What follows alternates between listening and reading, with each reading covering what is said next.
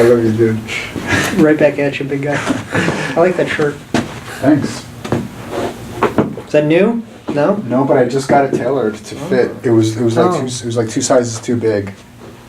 It was Nice. I was long. That's badass. I kind of went off on my tailor. Fucking badass. Right? It was like right. Fuck yeah. Oh, by the way, we're Yeah. filming. It's on? Yeah, it's on. You could join us anytime, Vivek. Don't feel obligated. Just saying, it's kind of weird. So there's gonna be a guy joining us. Sometime. It's some unspecified Whatever. time throughout the interview. We'll see how it goes. It's a little bit too white right here. We're gonna have a little bit of color. Soon, very soon. That's later. Look forward to that, though. Be in the present moment. Presence. Presence. Presence. Present. Present. Present. Present. Present. Present. Christmas. Present. Present. I like the Iron Mike like that. It happened. You waited for it, and it finally happened. Welcome back. Oh, thank you. Welcome Welcome back. You want to keep the jacket on? Yeah.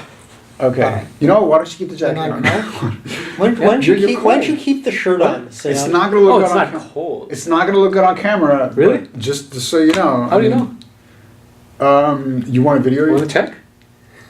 Press stop and. I mean, it's up to you, man. It's up to you. Like you can I have literally feel stupider for having listened to this conversation. Here, hold on. Let me see if it you know. As soon as he It says doesn't that. go with this line. This line. See, I was going for symbolism, parallel reality. This line's parallel to this line. See? Yay or nay on camera. I'm gonna go with I don't give a shit. I'm gonna go with literally has no bearing whatsoever on my life. Seriously, the value comes from our energy and our words. I don't This is. You don't- Care? you don't- You don't care? Can you think of anything that you've ever cared less about? I'm trying. Like I'm struggling. I'm like, No, it what doesn't have I cared less It actually about? doesn't look that bad. It just looks like you're cold. Especially with your hands in your pocket. All right. We're in Chicago right You now. you look like a shoplifter, I have to say. Okay. I'm just cool. kidding. Yeah. No, you don't. I'm really glad you came today, man. Oh, thanks. Like I had a great time with you here, like Oh. with everybody here. But like you're definitely a great guest. You're like a relief to what we had last weekend, dude. Oh yeah. Fuck. I mean, we still had great footage, by the way. The group talk, that's 90% usable footage, and the food talk, that's like almost near 100% footage. So And- the talk when he was gone. Yeah. Yeah, the talk when he doesn't talk. The talk when he doesn't talk. Yeah, absolutely. And I don't know if Rich didn't have a chance to edit it, but I'm like, edit it, but just leave him out. Like, whatever. All right, let's do an official start. Welcome. This is Conversations with Awakened Folks. Conversations with Awakened Folks living regular lives. Here are the guests today: Alex Gurovich, Sayed Papik, and Vivek. Tyagarajan Okay. and Kundan And Chabra. Kundan Chabra. And Kundan Chabra. So the topic in this segment is about anger and the different sources of anger, and we may segue into the other negative emotions, but I want to focus on anger because it's such a powerful emotion and it's also such a misunderstood emotion. And when we don't understand it, when we repress it, it becomes bottled up and becomes something very destructive, especially if we don't understand where it comes from. And in most spiritual traditions, it's been understood that, anger usually comes from our core wounds and limiting beliefs, negative programming from childhood. And that is true in most cases. But there's also a second source of anger or your rage moments, which comes from your heart virtue. So your values come from society, from your tribe, from your limiting beliefs, and your values can change. Your heart virtue is the one value that is non-negotiable, that will never change. That's something you're even willing to die for. And because of that, it's so deeply meaningful to you that every time you experience it, or express it or embody it, you literally are moved to tears of joy and you have goosebumps all over your body. And the flip side of that is we can get angry whenever we're committed to something beautiful that got violated, and that beautiful thing is your heart virtue. And last week, one of our guests here, Alex, had an experience when he had that second type of anger when you got pissed off at something. And I could see, because I've done the heart virtues work with you, that this time, because I knew your heart virtue is unrestrained expression, that this time it did not come from your limiting beliefs, that this was not a reaction. It came from your heart virtue. So, do you want to talk about that? Yeah, well, last week, I mean, it was a great discussion. Yeah. You know, we had a great discussion, and people were getting frustrated. You know, like the whole room, the sort of vibe was going up a little bit, and tempers were flaring a little bit. And for me, there was a moment in the discussion when it was the five of us, when we were talking about using silence as a practice, using silence for healing. And the discussion was going very well. Like, we had, among the group of us, we had articulated that this is how you use silence to heal something. And our guest last week jumped in right at the end of the discussion, kind of cut it off and said, well, no, listen, you have to understand that with silence, that only works. You can only use silence as a practice for somebody who's not in crisis mode. For somebody who is in crisis mode, you can't use silence.